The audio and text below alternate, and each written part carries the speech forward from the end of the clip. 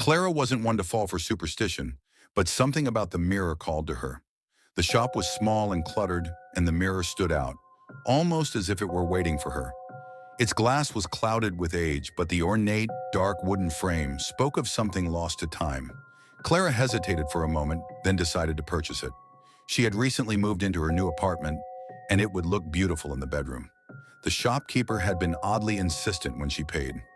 "Be careful with this one," he said softly, as if speaking a warning under his breath. But Clara, eager to make her new space feel more personal, brushed off his words.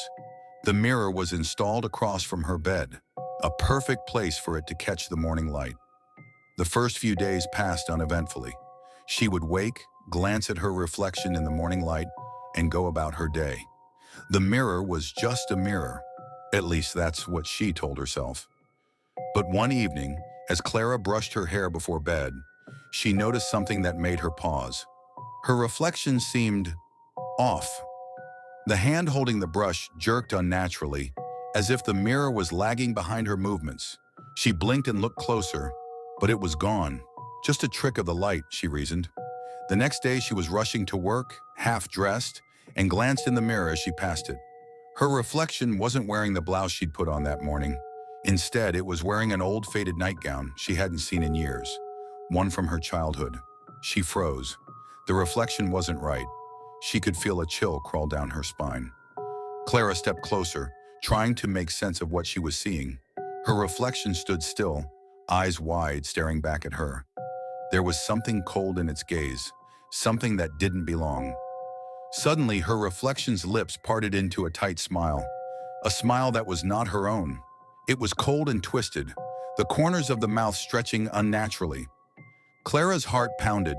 She stumbled back, knocking over a lamp in the process. The smile remained, frozen in place.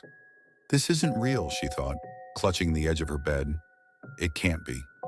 But the feeling lingered, gnawing at her mind. That night, she couldn't sleep. The mirror loomed in her peripheral vision. Its presence felt even when she tried to turn away from it. As the hours passed, a low hum began to fill the room. She thought it was the wind, but it grew louder, almost like a whisper. Soft at first, then growing clearer. "Clara?"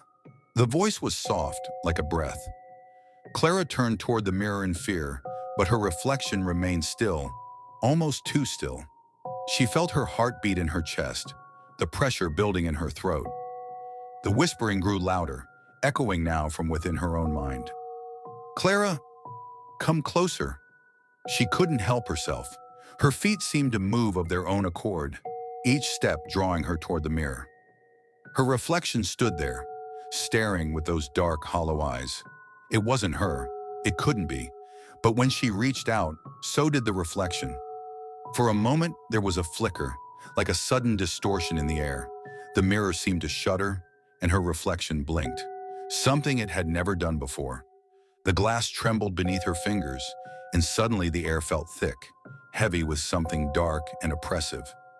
"I am you," the reflection whispered, its voice now a haunting echo inside her mind. "And you are me." Clara jerked back, her breath coming in short, panicked bursts. But as she stumbled away, something twisted inside her chest.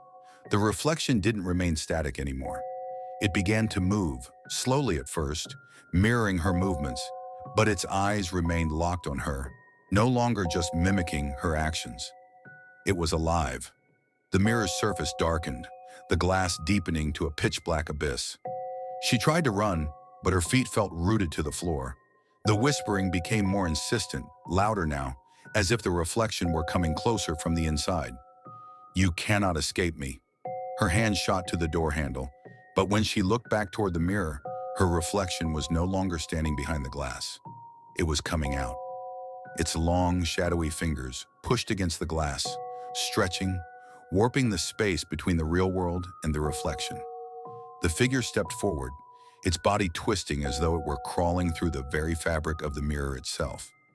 Clara gasped, unable to move, as the reflection's body became solid, like a shadow made flesh, pale and gaunt with hollow eyes that stared into her soul. Her reflection stepped fully into the room. It was her, but so much wronger. Its movements were stiff and unnatural, like something pretending to be alive. But there was no mistaking the smile that stretched wider and wider, its lips cracking, revealing rows of teeth that weren't quite human. Her reflection was there too in the hallway, standing with its hollow eyes staring down at her.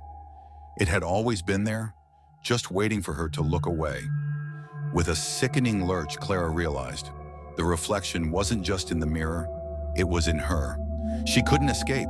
Her world had twisted. The reflection, it was her. It had always been her, and now there was no way out. "You are me," the voice inside her head repeated, "and I am you."